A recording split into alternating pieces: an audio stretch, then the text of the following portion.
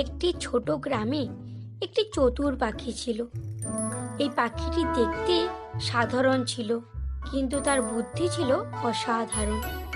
সে সবসময় সমস্যার সমাধান খুঁজে বের করতে পারত, এমনকি সবচেয়ে কঠিন পরিস্থিতিতেও। একদিন গ্রামে একটি খরা পড়ে, নদী শুকিয়ে গেছে, ফসল নষ্ট হয়ে গেছে। মানুষ ও প্রাণীরা জলের জন্য অস্থির হয়ে উঠেছে। সবাই চিন্তিত ও হতাশ হয়ে পড়ে। চতুর পাখি দেখল কি অবস্থা হয়েছে। সে ভাবতে লাগলো কিভাবে সবার জন্য জলের ব্যবস্থা করা যায়। হঠাৎ করেই তার মনে এক চমৎকার ধারণা এলো। সে উঁচু আকাশে উড়ে গিয়ে মেঘ দেখল। সে জানতো যে মেঘে অনেক জল আছে।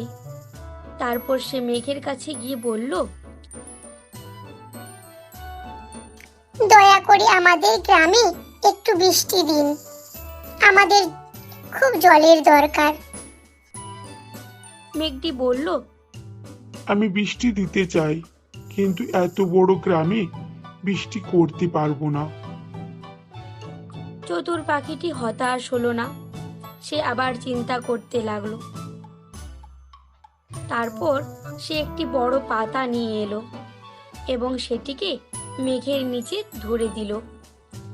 মেঘটি বৃষ্টি শুরু করলো এবং বৃষ্টির জল পাতার উপর পড়তে লাগলো।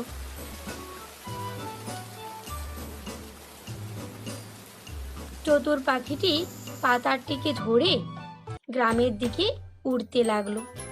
গ্রামের মানুষেরা দেখতে পেল আকাশ থেকে একটি বড় পাতা ভরা জল নেমে আসছে।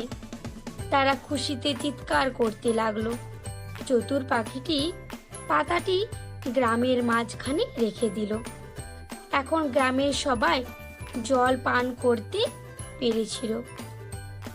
সবাই চতুর পাখিটিকে ধন্যবাদ দিল। তারা বুঝতে পারল যে চতুরতা ও বুদ্ধিমত্তার দ্বারা যে কোনো সমস্যার সমাধান করা যায়।